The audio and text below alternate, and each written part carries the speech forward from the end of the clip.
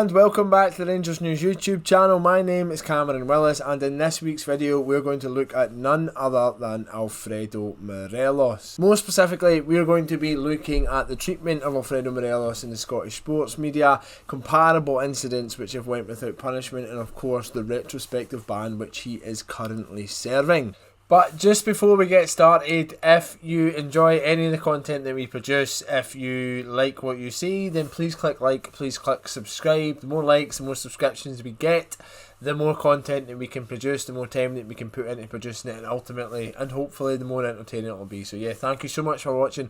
Hope you enjoy the video, and please click like and subscribe. Now, all of us want to see Morelos on the pitch. That's where we love him most, and personally, I find it absolutely astounding that the powers that be in Scotland seem to be always so desperate to get one of the nation's most marketable players and marketable talents watching on from the stands, for instance, which are largely overblown, which are largely inconsequential, and yes, which perhaps do not merit the type of coverage that we see. Now, this has happened in an interesting week. I think even the likes of Ian Crocker and Andy Walker, who have been resoundingly criticised for their coverage of Morelos in that 1-0 win against Hibs last week, yeah, I think that they were dumbfounded when Scott Brown elbowed Aaron Tishbola for Kilmarnock, because really they had nowhere else to look. The guy elbows him so clearly. It might not be as sly, no, it might be more sly, sorry, and it might not be as kind of obvious or as apologetic or as unapologetic as Alfredo's,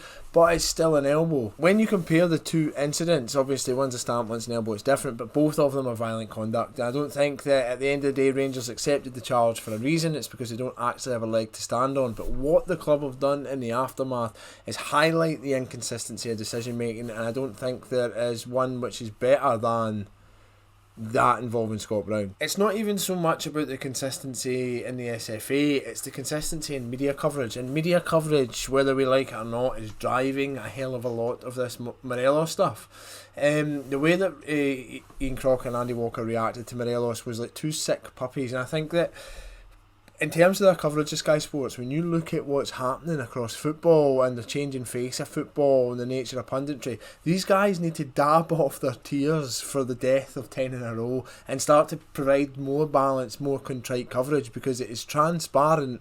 Rangers fans aren't stand for it, and eventually they're going to do their talking with their walking, and if that's going to impact Sky Sports, it's going to impact these guys' careers, and nobody wants to see that. What we want to see is balanced reportage, and at the minute we just aren't getting it with regards Morelos. I don't want to give off the impression that I think Morelos is all the way innocent in all this. He absolutely is not. I think that his fans, his petulance has let us down in more than a few occasions. I think last season we seen that in particular because we didn't quite have the strength and depth that we've now got up front. I think the fact that Rangers have went out and splashed so much money on Kamar Roof and Cedric Itten, in Scottish terms at least, shows that I don't think Steven Gerrard thinks that he can trust him. But that said, for all the kind of coverage and for all the aggression and all the kind of vitriol that's aimed towards the guy, I don't think it warrants it, and I think it's taken out of context. And I think there needs to be a big question asked about the motivations behind a hell of a lot of the people driving it, because whilst it might not have been the case this season or was evident this season, in the past, it's the usual suspects, the Michael Stewarts, the John Hartsons, the Chris Suttons, and I can't be asked giving these guys too much airtime, but it's those guys who have a distaste for Rangers for obvious reasons, who are largely driving the coverage of Morelos, and for some reason that's been carried through into decision making. Obviously the Scott Brown elbow just happened at a kind of timely moment in terms of the Morelos thing, because he'd just been kind of retrospectively banned, and I know that the SFA are apparently looking into it, but it's not just the Brown incident, and I can't be bothered either hooking everything around him. I think it's just a timely incident like what I said, but there are a multitude of incidents which don't receive anywhere near the same amount of kind of bandwidth, the same amount of broadcasting time, the same amount of reams of newspaper coverage that Morelos does. And I think that particularly ones even involving him, that the Dundee United one when the boy went through his knee,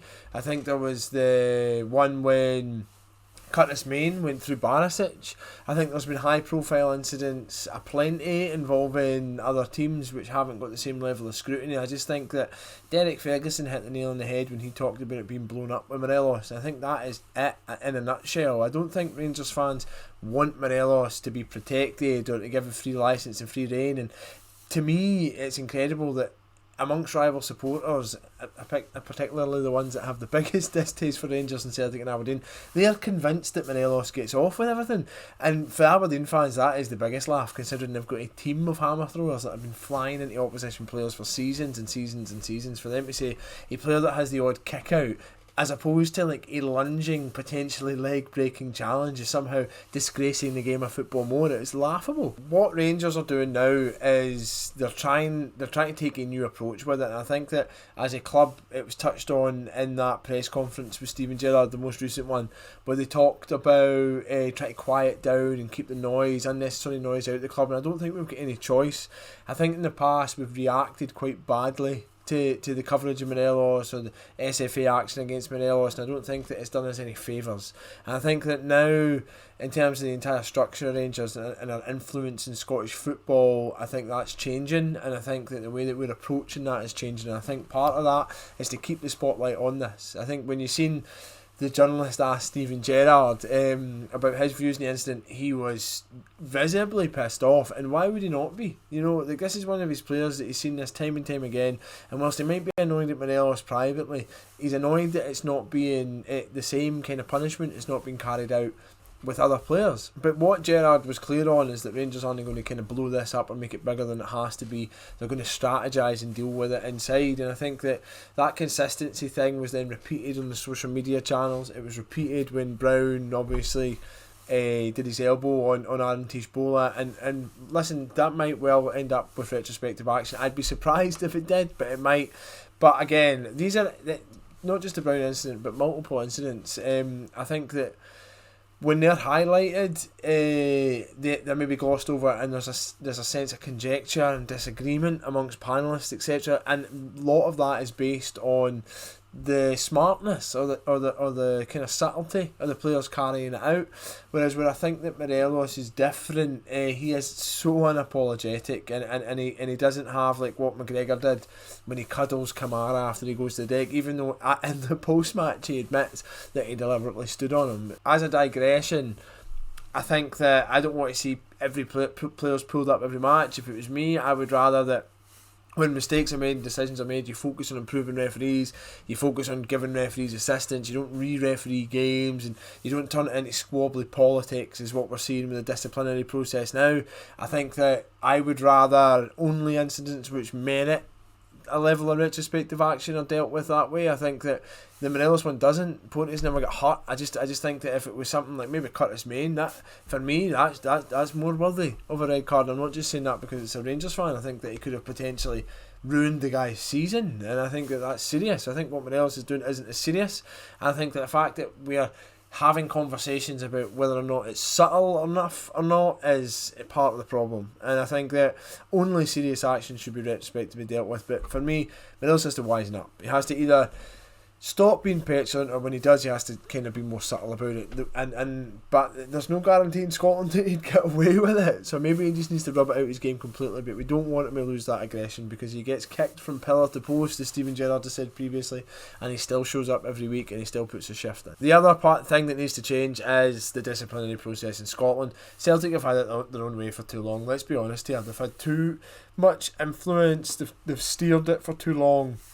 Like Neil Doncaster, the SPFL, Murdoch McLean, and all these guys, like they've what do they even do for their money? They're invisible whenever there's a crisis. They seem to only pipe up whenever it's something that's beneficial to Celtic, and there's a growing discontent in Scottish football. I think that whilst Rangers had that EGM kind of vote thing on their suitability to continue in the investigation and suspension of Neil Doncaster, I think that timing perhaps was an issue there because of the COVID-19 pandemic, but you can't forget that 1/3 of clubs backed that.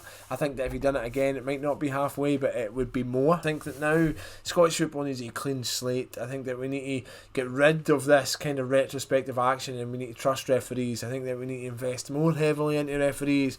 I think that we need to probably catch up with the rest of football and implement VAR cost effectively. I think that, well, at least in the top division, and I think that we need to be progressive and work together, and I think that we need to stop being so political and militant as individual football clubs. And like I say, I think that Rangers past has maybe had an influence in that, but I think Celtic have been one of the biggest obstacles to that now. With a new chief executive coming in there, maybe we'll see some level of change, but Rangers certainly are changing the way that they do things, and I think that that's evident, and I don't think we're going anywhere. Instead of kind of throwing the toys out the pram and booing and hissing as we did previously, I think that we accept challenges when they come. I think we take them in our stride, and I think that this regime, this kind of PR department, this media department, and this management team and this playing squad have shown that they have the resilience, they have the flexibility, they have the creativity to overcome those obstacles. So yeah, thank you for watching. I hope you enjoyed me kind of giving my 2 cents on the Morelos stuff and the kind of fallout from it. I think that he's a huge player, and